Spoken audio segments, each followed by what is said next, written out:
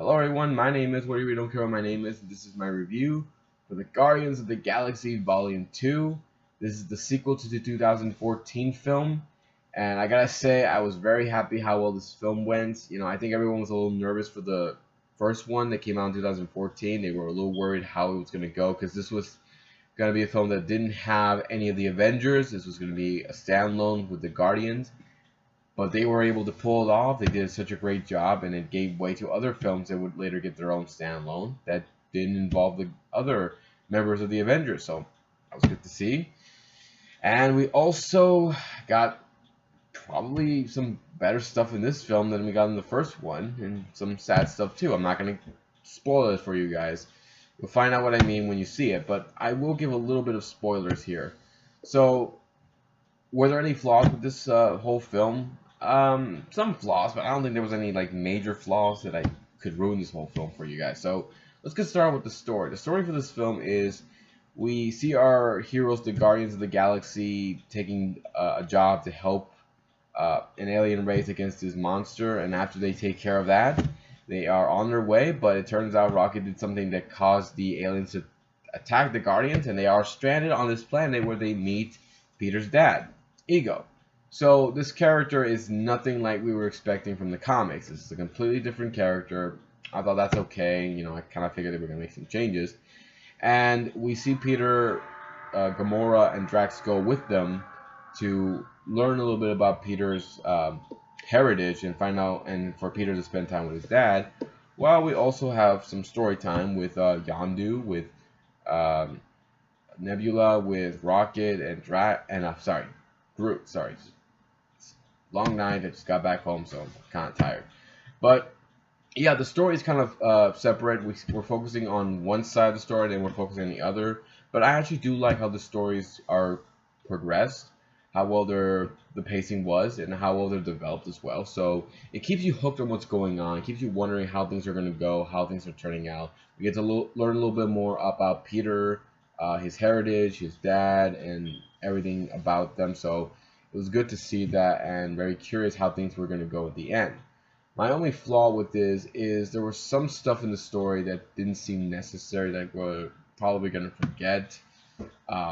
It does get a little dark at times, which is kind of weird because, this is supposed to be a film where kids can go and watch it, but there's some dark stuff here. So Marvel, I guess, trying to do some dark stuff too.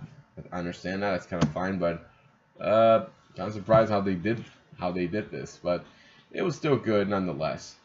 So yeah, just some small flaws, but the story is actually pretty good, especially when you got some pretty good characters, and the actors who they got to play with the Guardians again, love them, love all of them. Chris Pratt, I think, is my favorite, playing as Star-Lord. Love all the actors who play Gamora, Drax, Rocket, Baby Groot. Yondu's my favorite. I love this guy. He's just so cool, and his powers, what he can do, is just so awesome. So we also get some development with Nebula as well, so glad to see that too. My only problem with this is, like in the last film, Ronan was kind of a forgettable villain. In this one, we have kind of 3 forgettable villains. The first one, you'll know who it is right away when you see the film. You'll know right away. Ego's the second, and the other one, who later portrays Yondu, is also kind of forgettable as well. There are some funny moments with the characters and with the villains as well, but they're very forgettable. So it's a shame, but you know what, it's still fine. I still like how all the other characters did and how well they've been able to keep the audience entertained and how much fun they are to watch. The special effects for this film, I love them. I love the special effects for this film. I love the music for it as well. Some pretty cool stuff too, and some pretty funny moments as well. I'm not going to spoil what I'm talking about, but when you see the film, you know what I'm talking about. But some very good special effects in this film. I love it. I love how the world where Ego lives is awesome. It's pretty cool. I especially love the fight scenes as well. They're also fun, and the makeup and everything for some of the aliens as well is pretty cool. It's well designed as well. So I don't actually have any flaws. At times, the CGI is not always special. It's not always good, but it's still not bad. So, final thoughts. Guardians of the Galaxy Volume 2. Sorry. Story is good, very entertaining. Will keep you, hooked on.